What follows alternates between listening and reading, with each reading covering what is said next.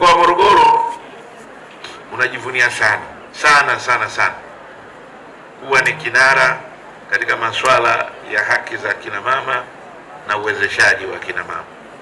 Sisi tunatekeleza kihalisia kwa nguvu zote, kwa uwazi wote na kwa upana kamili maono ya Rais wa Jamhuri ya Muungano wa Tanzania Dr. Samia Suluhu Hassan, ambaye yeye mwenyewe ni kinara katika kukuza usawa wa kijinsia na uwezeshaji wa kina mama katika ujumla wake wa kutafuta maendeleo ya kiuchumi, kijamii, kisiasa ya Tanzania yote.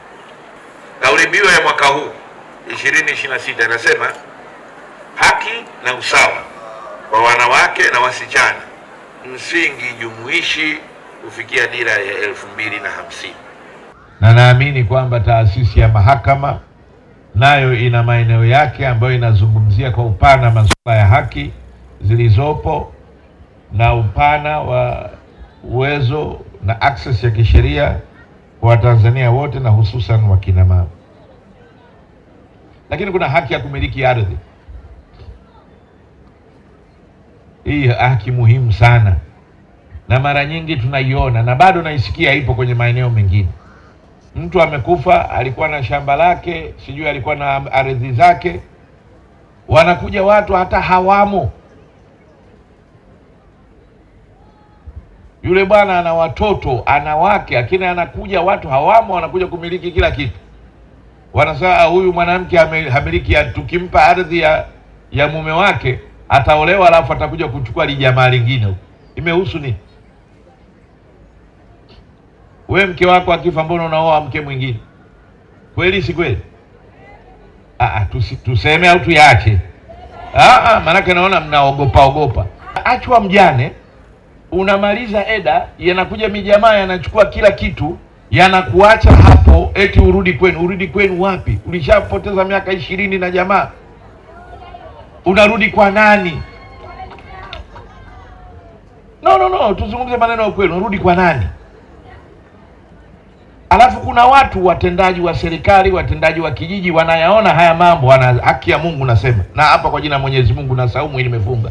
Nikimsikia mtu amekaa, amemwona mwanamke amenyang'anywa ardhi na haki yake, mtendaji wangu wa kijiji, mtendaji wangu wa kata, amekaa ameangalia unyanyasaji wa namna mchana wa jua kali na ameushuhudia na akaubariki, ahame mkoa wangu, ahame.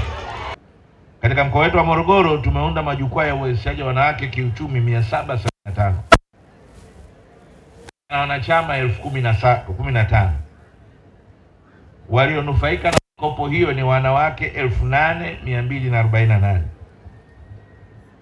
na mkopo wenyewe umejumuisha bilioni 5,380,000 katika halmashauri zote za mkoa wa Morogoro kufikia mwaka huu. Sasa haya yamefanywa kuanzisha majukumu kwa ajili ya kutoa mchango katika maendeleo ya wanawake na kukuza pato la taifa. Wanawake mnaposhiriki katika maendeleo haya na uzalishaji huu, mnachangia moja kwa moja kwenye maendeleo ya nchi yetu. Lakini pia tumeanzisha benki ya wanawake, kutoa huduma za afya bure kwa wanawake wajawazito na watoto chini ya miaka 5, na tunazidi kuimarisha huduma hiyo ya afya. Serikali imeendelea kuchukua hatua za kimakusudi za kisera na kisheria kuhakikisha haki na usawa kwa wanawake vinalindwa.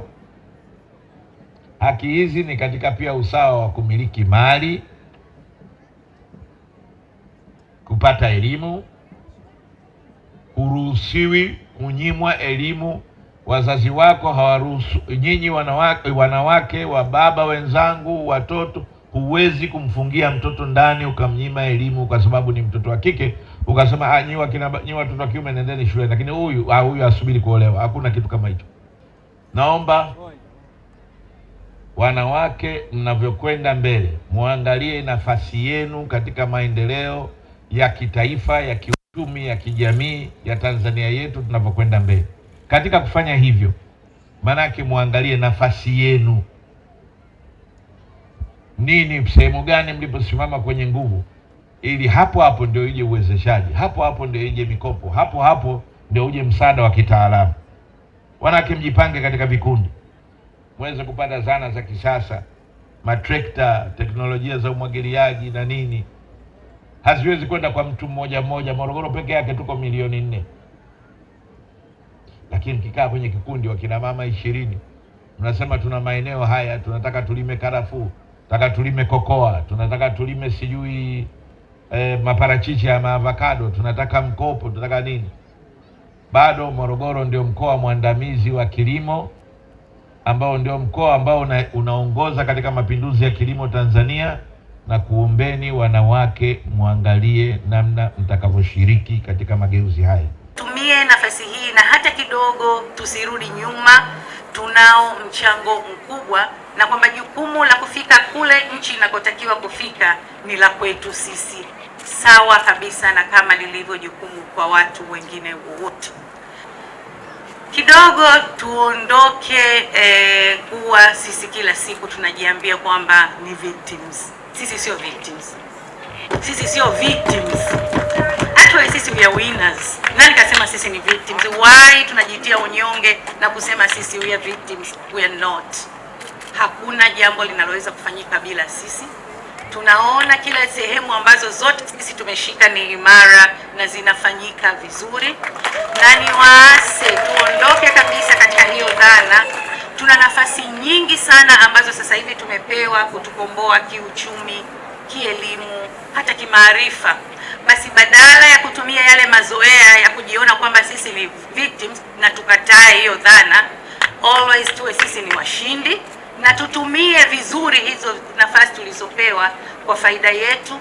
Na hata tunavyowalea watoto wetu, tuwalee watoto wetu wakijiamini na wakiondokana kabisa ya dhana ya kwamba wao ni victims, bali wakuwe wakiwa kwenye dhana ya kwamba wao ni winners, na wao wanatakiwa wawe mstari wa mbele katika kuendesha nchi hii na katika kuendesha mustakabali mzima au dira ya nchi hii kufikia malengo tuliofikia 2050. Elekea siku ya wanawake duniani umeundwa na kuhusishwa majukwaa 775 ya uwezeshaji wa wanawake kiuchumi kuanzia ngazi ya kijiji, kata hadi ngazi ya mkoa kwa ajili ya kusimamia na kuratibu masuala mbalimbali ya wanawake.